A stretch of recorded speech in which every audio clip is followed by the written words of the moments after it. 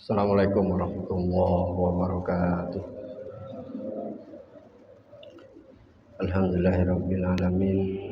Wassalatu wassalamu ala asrofil anbiya'i wal mursalin sayyidina wa maulana Muhammadin wa ala alihi wa sahbihi ajma'in. Amma ba'du. Yang saya hormati bapak-bapak, ibu-ibu yang dirahmati oleh Allah. Pertama-tama marilah kita panjatkan puja-puji syukur kita kehadirat Allah Subhanahu wa taala yang masih mengumpulkan kita di majelis ilmu ini, yang masih mengumpulkan kita di majelis zikir ini. Mudah-mudahan perkumpulan kita hari ini menjadi awalan perkumpulan kita di surganya Allah Subhanahu wa taala. Amin amin ya rabbal alamin. Kedua kalinya salawat dan salam semoga tetap tercurahkan pada junjungan kita Nabi besar Muhammad sallallahu alaihi wasallam yang kita harapkan syafaat-syafaatnya. Mudah-mudahan kita semua yang hadir di sini, semua jamaah mendapatkan syafaatnya baginda Nabi besar Muhammad sallallahu alaihi wasallam, baik dalam kehidupan di dunia ini, lebih-lebih di kehidupan akhirat nanti. Amin amin ya rabbal alamin. Bapak-bapak, ibu-ibu yang dirahmati oleh Allah, alhamdulillah kita sudah memasuki hikmah yang nomor 66 dari kitab Hikam Imam Ibnu Athaillah As-Sagandari. Sebelum kita mulai membaca hikmah yang nomor 66, mari kita kirimkan surah Al-Fatihah kepada muallif kitab Imam Ibnu Athaillah As-Sagandari. Mudah-mudahan dengan kita mempelajari kitabnya dapat bermanfaat bagi kita dalam kehidupan di dunia sampai ke akhirat nanti, dan semoga kita dapat terus istiqomah mendekatkan diri kepada Allah Subhanahu wa taala. Ala dunya wa ala kulli niyatin shalihah. Al-Fatihah.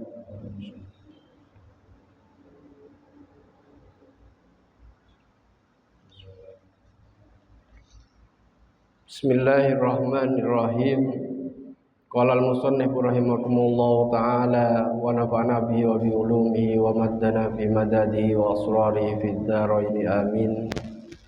Qala min jahlil muridi ayyusi al-adab.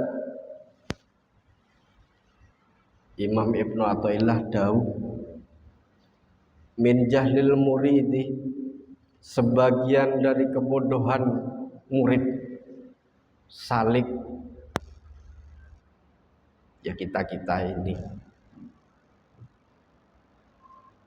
ayyusi al-adab adalah memiliki su'ul adab. Fatu'akhkhara al-uquba anhu, saat siksa ditangguhkan oleh Allah kepadanya. Ini kaitannya dengan istidraj. Jadi kalau kemarin itu istidraj itu kan dilulu tuh. Dilulu, dikasih nikmat oleh Allah, tapi maksiat tetap jalan.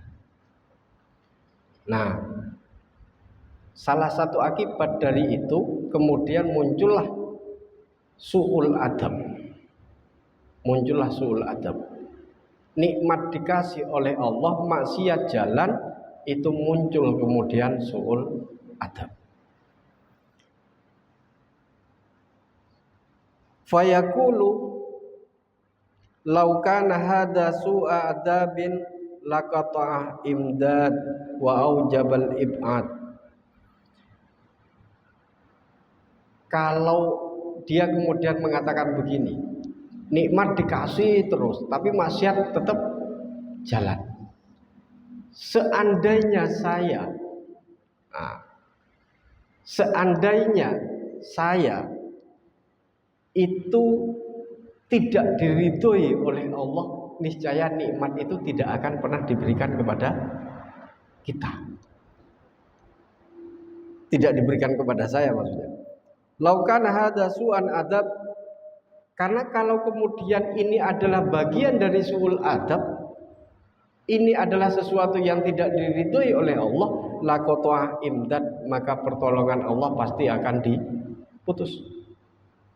Wa aujabal ibad, dan Allah pasti akan menempatkan diriku di dalam posisi yang jauh dari Allah. Jadi orang yang suul adab itu akan memunculkan dua hal. Satu adalah qata'al imdad, pertolongan-pertolongan rohani dari Allah itu akan diputus. Yang kedua adalah dia dijauhkan oleh Allah darinya.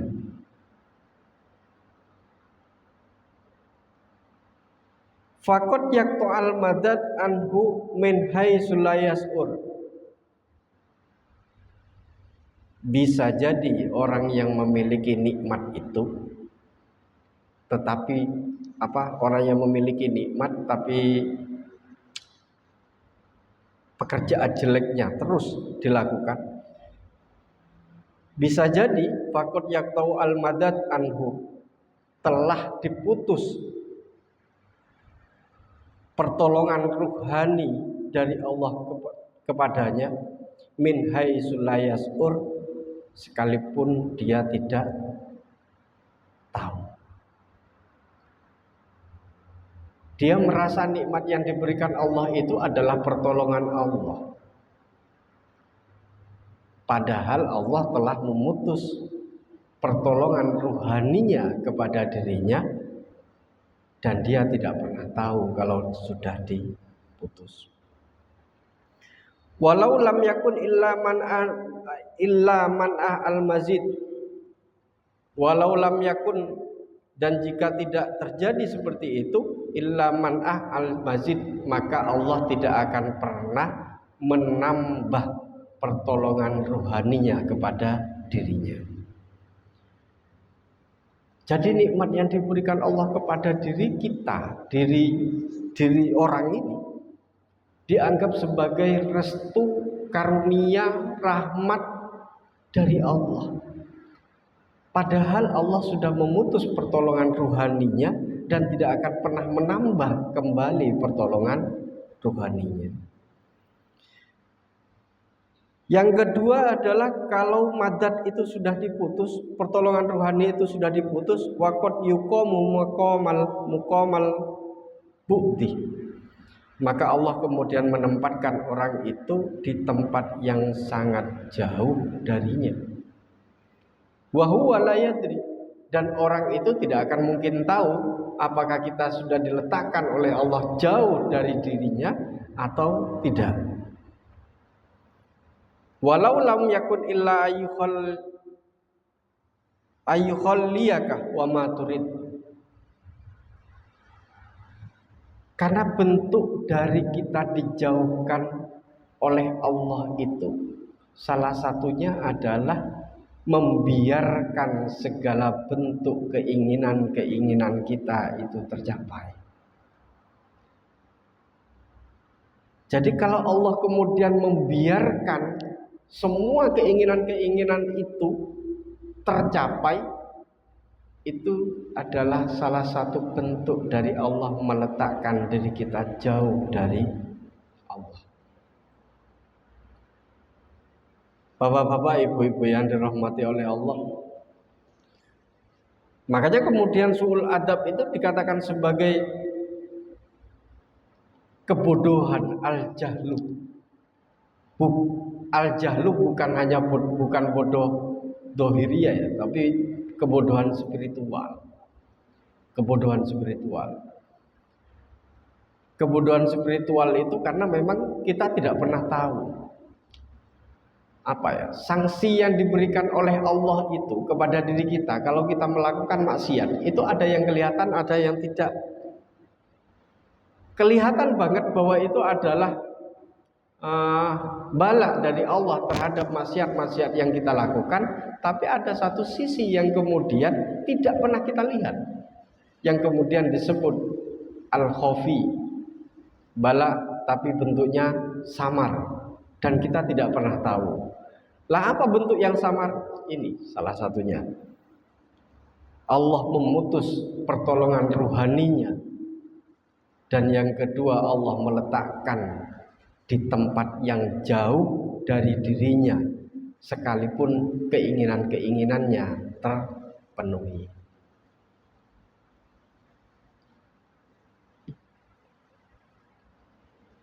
Kalau kita lihat dalam konteks hari ini, apa kemaksiatan, dosa yang selalu kita lakukan itu seakan-akan tidak berdosa. Dosa yang kita lakukan dianggap sebagai sesuatu yang biasa-biasa saja, padahal itu dosa. Tapi karena kita sudah terbiasa melakukan dosa itu, maka kemudian kita menganggap pekerjaan-pekerjaan dosa seperti biasa-biasa saja. Dan hari ini sudah marak. Problem dosa yang kemudian dianggap sebagai biasa, ini sudah marak di kalangan umat kita. Sehingga kemudian orang yang tidak lagi merasa berdosa, tidak memiliki keinginan untuk bertaubat dan berdekatkan diri kepada Allah. Maka dia berada dalam posisi yang jauh dari Allah. Di sisi yang lain, hari ini kalau kita akan melihat semua manusia itu berbondong-bondong untuk menciptakan kemewahan-kemewahan di dalam dirinya. Di dalam dunia ini, kemewahan-kemewahan harus kita kejar semaksimal mungkin. Persoalan-persoalan dunia ini, tetapi kita lupa untuk mengejar kemewahan-kemewahan spiritual yang harus kita lakukan. Rumah kita jadikan sebagai rumah yang besar, mewah, tetapi tidak pernah baca Al-Quran di rumah itu, tidak pernah berzikir di rumah itu, tidak pernah berpuasa di rumah itu, jauh dari Allah, sehingga kemudian rumah hanyalah kemewahan duniawi, tapi tidak dibarengi dengan spiritualitas yang baik para pemiliknya. Nah, ini hari ini yang kemudian terjadi. Kalau kita sholat terus, ibadah terus, banyak Pak. Bahkan sekarang itu banyak gerakan subuh berjamaah. Banyak. Kita gerakan one day one juz. Banyak. Ibadah kemudian digalakkan, terus menerus kita melakukan ibadah, tapi apakah kemudian ibadah yang kita lakukan itu membekas di dalam hati dan menjadi spirit kebaikan perilaku kita? Makanya banyak ibadah itu belum tentu kemudian saat ibadah hadir hatinya di depan Allah. Ibadah terus-menerus tidak lantas kemudian dianggap sebagai manusia yang alim, hebat, tidak. Tapi lihat dulu apakah kemudian hati saat ibadah itu berhadapan dengan Allah, atau perilakunya berubah karena spirit ibadah yang telah dilakukan. Ibadah bendino wakeh, tapi perilakunya tetap, berarti kan ibadahnya tidak membekas di dalam hati dan juga tidak pernah membekas dalam perilaku. Itu fenomena-fenomena hari ini yang kemudian terjadi. Saya tidak mengatakan Dewan Jus itu salah, enggak, itu bagus. Cuman yang harus kita perbaiki adalah saat kita melakukan gerakan, hadirkan hati. Saat kita membaca Al-Quran, hadirkan hati di saat kita beribadah kepada Allah.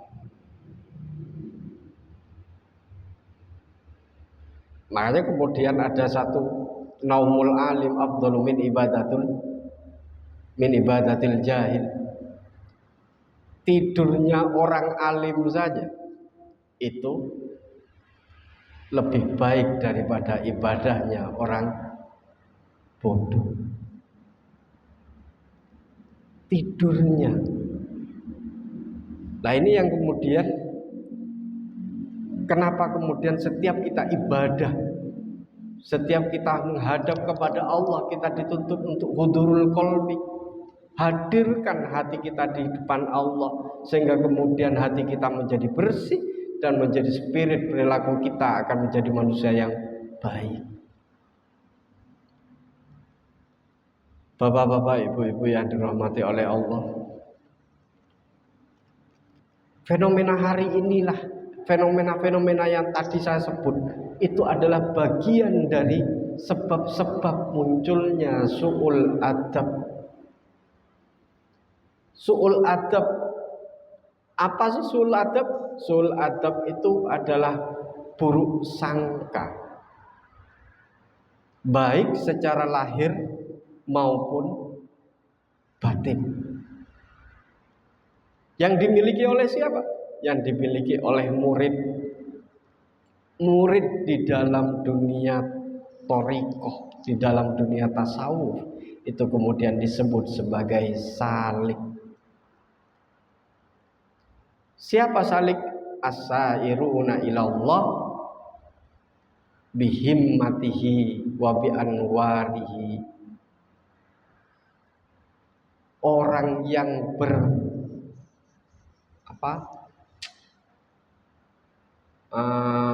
semangat betul untuk selalu mendekatkan diri kepada Allah, berusaha betul untuk selalu mendekatkan diri kepada Allah, untuk memperbaiki diri kita, hati kita di dalam setiap harinya.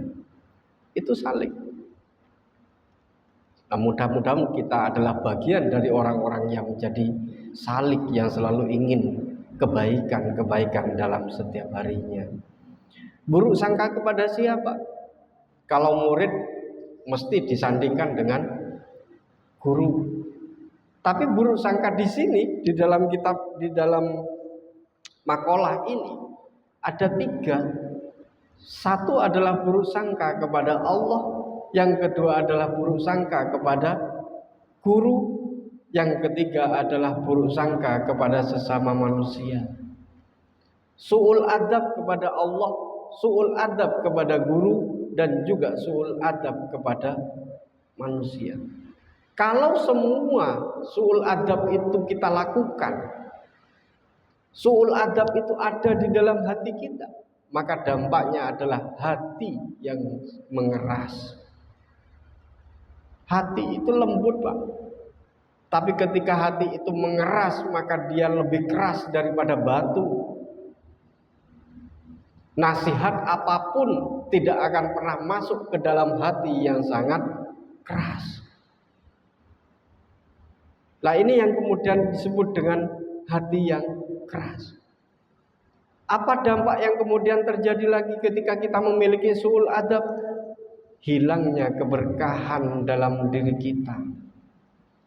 Keberkahan di dalam ilmu, keberkahan di dalam kasab itu hilang. Kalau kita memiliki su'ul adab, kita hilang keberkahan ilmu kita, hilang keberkahan rezeki kita. Itu kalau kita memiliki su'ul adab. Makanya kalau kemudian di dalam kitab ini disebutkan, kalau 2 itu ada, hilang keberkahan dan hati yang keras, maka yang akan muncul adalah terputusnya pertolongan rohani dari Allah. Dan kalau terputus bagaimana? Mau pikir seperti apapun, kalau rohani kita itu, pertolongan Allah itu terputus, Pak, maka perjalanan rohani kita itu tidak akan pernah sampai kepada Allah. Maka seorang salik harus mampu menjaga dirinya dari su'ul adab ini. Jangan pernah menjadi manusia yang su'ul adab kepada Allah, kepada guru maupun kepada manusia. Bagaimana orang yang su'ul adab kepada Allah itu? Orang yang suul adab kepada Allah itu adalah orang-orang yang selalu protes dengan takdir Allah. Protes tiap hari. Kenapa kok saya diciptakan begini? Kenapa kok saya miskin? Kenapa kok saya gagal? Kenapa kok saya seperti ini? Itu kan protes. Saat kita melakukan protes kepada semua pemberian Allah, itu adalah bagian dari suul adab kepada Allah. Sehingga kemudian semua yang diberikan Allah kepada diri kita, itu harus kita terima dengan rasa syukur, bukan dengan rasa protes. Bukan. Nah, ini yang kemudian disebut sebagai suul adab kepada Allah. Saat protes itu muncul dalam hati kita, maka apa yang kemudian kelanjutannya? Kecewa kepada Allah. Wong lek wis kecewa kepada Allah itu terus gimana? Nah, ini suul adab. Yang paling banyak adalah suul adab ini kepada Allah adalah orang yang selalu merasa tahu. Bukan tahu loh ya. Kalau tahu, dia benar tahu. Tapi kalau orang yang selalu merasa tahu, sebenarnya dia tidak pernah tahu. Nah, kalau kita kumpul dengan masyarakat kita, dengan teman-teman kita banyak menemukan manusia-manusia yang selalu merasa tahu. Nah, ini yang kemudian menjadi bagian dari suul adab kepada Allah. Endingnya apa? Akhirnya adalah dia adalah manusia-manusia yang tidak pernah ridho terhadap ketentuan Allah. Kalau dia sudah tidak pernah ridho, maka dia kemudian tidak pernah ridho kepada qada-qadar Allah. Kalau tidak pernah tahu, tidak ridho kepada qada dan qadar Allah, berarti dia adalah manusia yang ingkar kepada Allah. Dari suul adab akan menciptakan benih-benih keingkaran kepada Allah. Ya, semoga kita tidak menjadi bagian dari manusia-manusia yang suul adab kepada Allah Subhanahu wa taala. Yang banyak kemudian yang banyak terjadilah di masyarakat. Suul adab kepada Allah itu kebanyakan ngeluh. Sedikit-sedikit ngeluh. Tidak sesuai dengan keinginannya, ngeluh. Coba sampean perhatikan. Ngeluh itu kan bagian dari protes kepada ketentuan Allah. Ngeluh itu bagian dari protes kita kepada ketentuan takdir Allah. Dan itu suul adab kepada Allah. Makanya orang salik, ini orang salik ya, orang salik. Kalau seandainya ada orang yang ngeluh, ya nggak usah dihukumi dengan seorang salik. Nggak usah dihukumi dengan salik. Kalau kita adalah seorang salik yang berusaha untuk selalu mendekatkan diri kepada Allah, berjalan dalam suluknya, maka mengeluh adalah bagian dari protes kepada takdir Allah, dan itu adalah suul adab. Yang kedua adalah kalau kita ibadah kepada Allah, ya harus dibalas, mesti punya balasan surga. Ya kan mesti itu. Makanya kalau ceramah-ceramah itu nggak salah sih, nggak salah, karena di dalam Al-Quran juga ada. Kalau kita melakukan ibadah, maka pemikiran kita pasti masuk surga, dibalas oleh Allah dalam surga. Saat kita mengatakan bahwa ibadah kita harus dibalas surganya Allah, berarti kita kan berusaha untuk memaksa kepada Allah. Itu dalam konteks salik. Makanya orang-orang salik itu ketika dia melakukan ibadah, dia tidak pernah berpikir apakah itu akan dinilai oleh Allah atau tidak. Yang bisa kita lakukan adalah melakukan ibadah semaksimal mungkin, yang sekiranya kemudian kita bisa mendekatkan diri kepada Allah dan diridhoi oleh Allah. Allah mau memberikan hadiah, balasan atau tidak, salik enggak peduli itu. Karena seorang salik tidak akan mencampuri urusan-urusan Allah. Tugas kita adalah berusaha beribadah semaksimal mungkin. Mau dibalas atau tidak, itu adalah urusan Allah.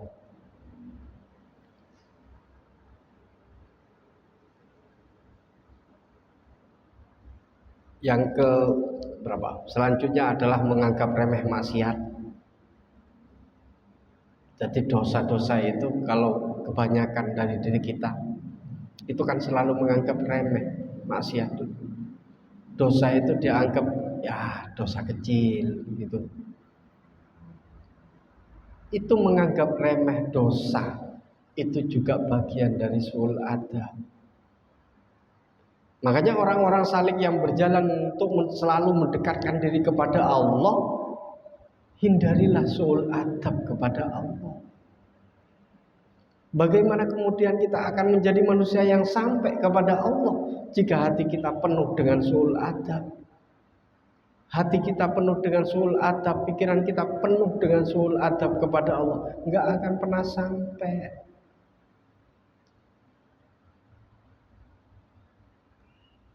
Terakhir di dalam suul adab kepada Allah yang paling banyak adalah setiap manusia beribadah butuh pujian dari manusia. Jadi manusia itu ketika ibadah melakukan kebaikan butuh pujian manusia. Lah salik tidak punya pemikiran yang model seperti itu. Karena orang yang butuh pujian dari manusia itu adalah suul adab kepada Allah. Mau dipuji manusia atau tidak, enggak peduli. Yang penting melakukan kebaikan, selalu mendekatkan diri kepada Allah dan diridhoi oleh Allah. Nah, kalau orang yang berjalan di dalam koridor salik, suluk ini, maka dia tidak akan pernah melakukan kejahatan-kejahatan, baik kejahatan kepada manusia maupun juga kejahatan kepada Allah. Kenapa? Karena modal kita adalah melakukan kebaikan untuk mendekatkan diri kita kepada Allah itu. Banyak Al-Ghazali kemudian dawuh suul adab ma'allah min nataijul jahli billah. Orang yang suul adab kepada Allah itu adalah akibat dari kebodohan dirinya tentang Allah. Gak pernah ngaji tauhid, gak pernah ngaji tentang Allah, sehingga kemudian dia selalu suul adab kepada Allah. Kedua adalah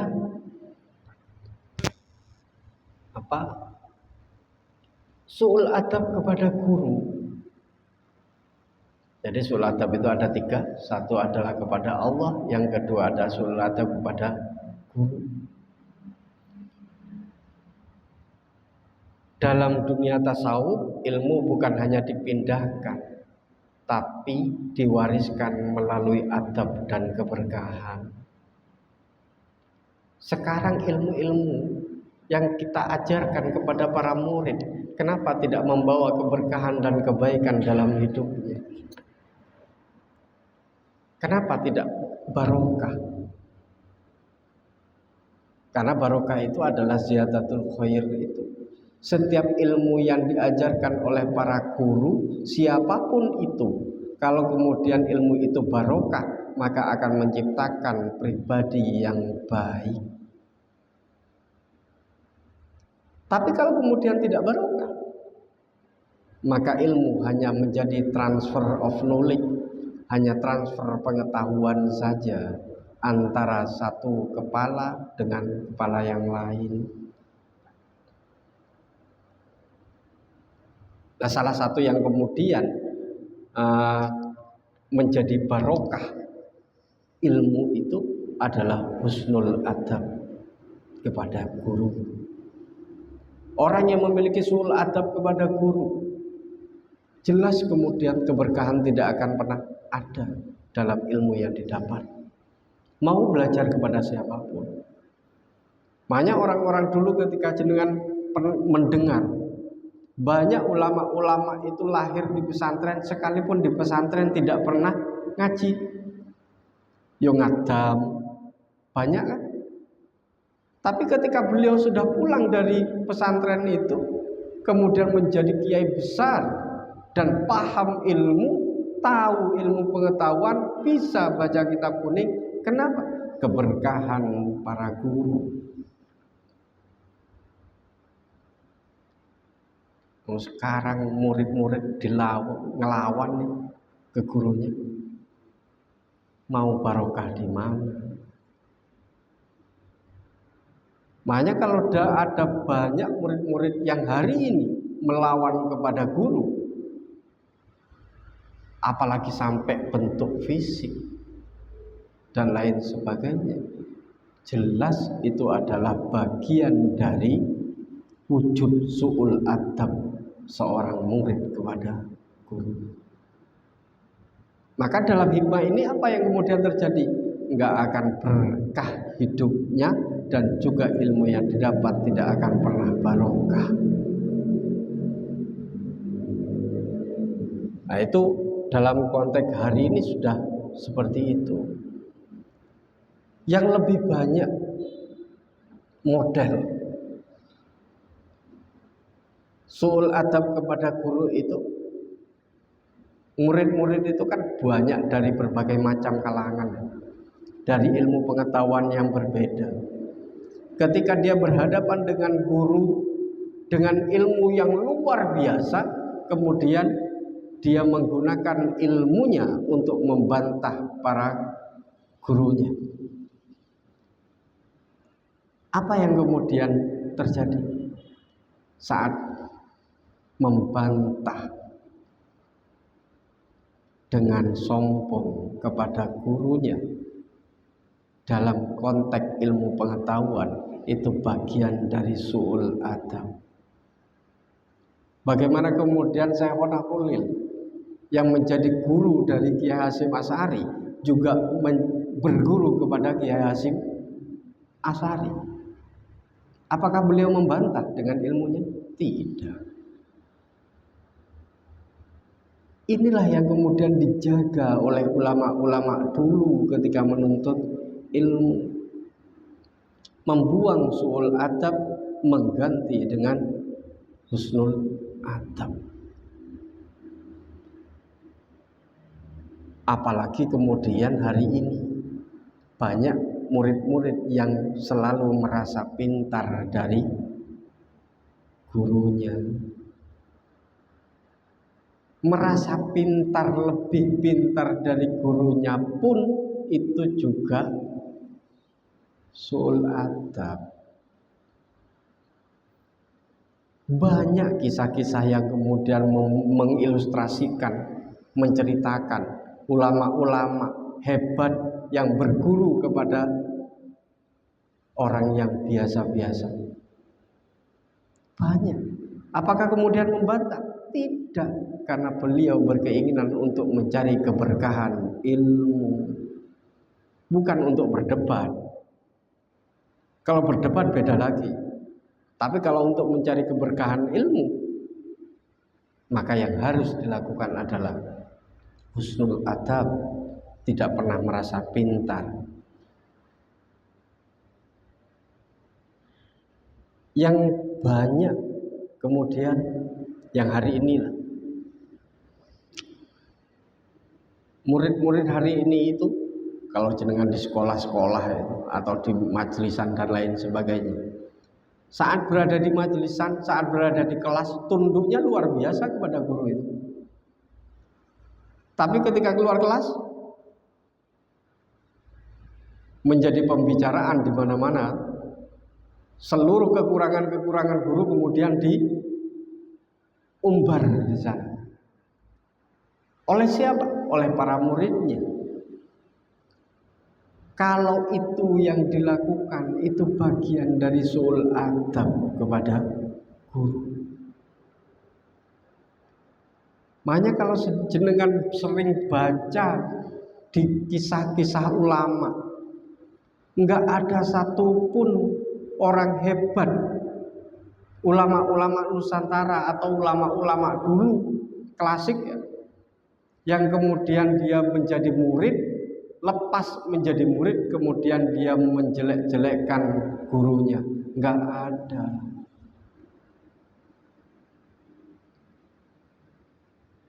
Nah, ini yang kemudian terjadi pada hari ini.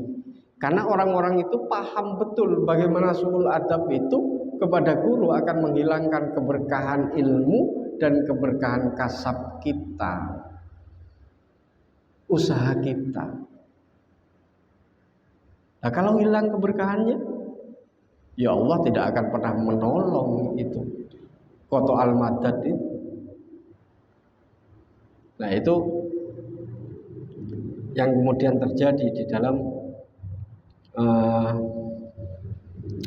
su'ul adab kepada guru. Imam Syafi'i itu kemudian dahulu, aku mengadu kepada Imam Waqi' tentang buruknya hafalanku, lalu beliau menyuruhku meninggalkan maksiat. Ini yang kemudian selalu dijadikan sebagai rujukan oleh ulama-ulama. Kenapa kita tidak pernah hafal? Kenapa kita sulit menghafal? Maka jawabannya adalah kita masih melakukan maksiat. Nah, maksiat dalam bentuk apa? Bukan hanya maksiat dohiriyah saja, tapi su'ul adab itu juga bagian dari maksiat. Jangan-jangan kita su'ul adab kepada Allah, jangan-jangan kita pernah su'ul adab kepada guru kita. Nah, kalau kita pernah su'ul adab kepada Allah dan kita pernah su'ul adab kepada guru, mintakan ampunan kepada Allah. Ini yang kemudian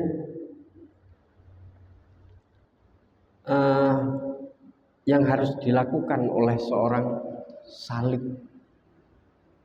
Kita harus husnul adab. Kalau yang ketiga adalah su'ul adab kepada sesama. Su'ul adab kepada sesama itu seperti apa? Orang-orang yang selalu melukai atau menyakiti orang atau mengukur manusia itu dari sisi-sisi duniawinya. Itu adalah bagian dari su'ul adab kepada manusia di dalam konteks saling. Jadi mengukur manusia melalui dohiriyah, duniawinya, itu adalah bagian dari su'ul adab. Sehingga kemudian yang terjadi apa? Orang itu yang disebut sebagai su'ul adab selalu meremehkan orang lain, itu su'ul adab, Pak. Su'ul adab.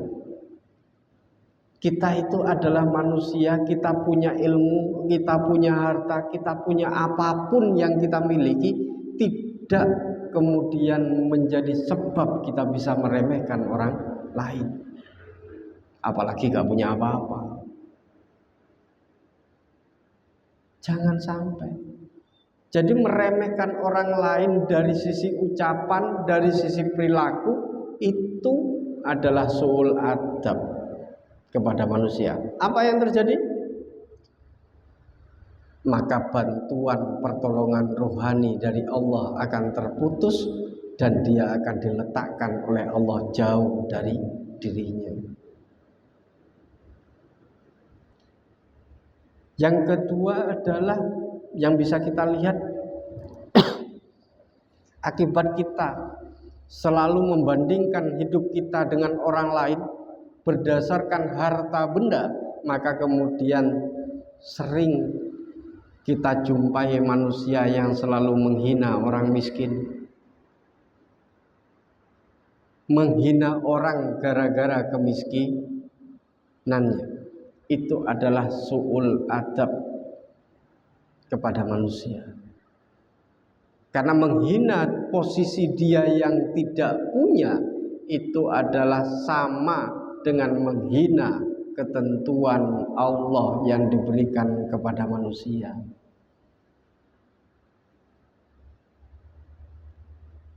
Yang ketiga adalah sombong. Yang paling banyak lek jenengan waktu Idul Fitri lah kumpul sama keluarga kan, yang diomongin apa? Harta, jabatan, berapa kesuksesannya? Kesombongan-kesombongan yang model seperti itu adalah bagian dari su'ul adab kita kepada saudara-saudara kita. Selama kita masih memikirkan diri kita lebih daripada orang lain, maka itu adalah bagian dari su'ul adab kepada manusia. Nah, itu yang harus dihindari oleh seorang salik.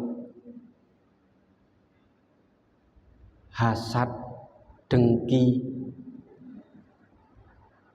itu juga iri, itu adalah bagian dari su'ul adab. Iri, dengki kepada orang itu akan membuat pertolongan Allah putus kepada kita.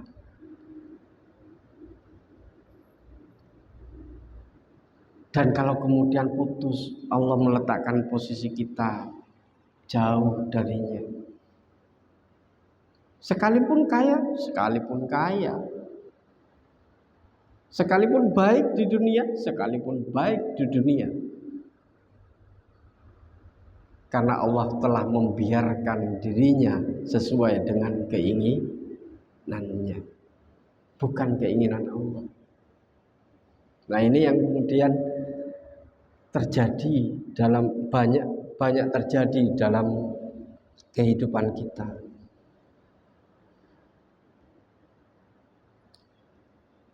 Bapak-bapak, ibu-ibu yang dirahmati oleh Allah, sebagai seorang salik kemudian kita harus mampu untuk meninggalkan su'ul adab kepada tiga hal itu. Ya, su'ul adab kepada siapapun jangan pernah dipelihara. Jangan pernah meremehkan orang, jangan pernah kemudian kita menghina orang, jangan pernah menyakiti orang lain. Karena kalau kita selalu menyakiti orang lain, su'ul adab kepada orang lain, pertolongan Allah itu enggak hadir kepada kita. Padahal kita itu tidak punya apa-apa dan tidak bisa apa-apa. Cukup Allah yang kemudian memberikan pertolongan ruhani kita, sehingga kemudian kita bisa sampai hari ini. Itu adalah pertolongan Allah. Itu dalam hati cara kita untuk husnul adab kepada Allah. Jangan su'ul adab kepada guru. Bukan hanya kita, keluarga kita, anak-anak kita harus kita ajari. Jangan su'ul adab kepada guru. Karena suul adab kepada guru itu keberkahan ilmu tidak ada. Pinter boleh, tapi merusak. Kalau tidak berkah itu. Pinter tapi tidak menuju ke jalan yang benar. Nah ini yang kehidupan suul adab kepada guru itu luar biasa pengaruhnya kepada ilmu yang kita miliki. Sedangkan kalau kemudian suul adab kepada rahmat Allah, suul adab kepada manusia itu adalah tertutupnya rahmat Allah. Ya pertolongan Allah itu. Ya dua posisi itu di dalam makalah yang 66. Kalau orang suul adab kepada siapapun, dia pasti tidak akan pernah ditolong oleh Allah atau tidak pernah menambah pertolongannya. Yang kedua, dia pasti diletakkan jauh dari Allah dan membiarkan apa yang dia inginkannya. Ya semoga kita semua terhindar dari suul adab, baik kepada Allah, kepada guru maupun juga kepada sesama manusia, sehingga kita berjalan dalam ridho Allah, kita berjalan dalam lindungan Allah Subhanahu wa taala. Amin amin ya rabbal alamin. Akhirul kalam, wallahul muwaffiq ila aqwamit thoriq. Wassalamualaikum warahmatullahi wabarakatuh.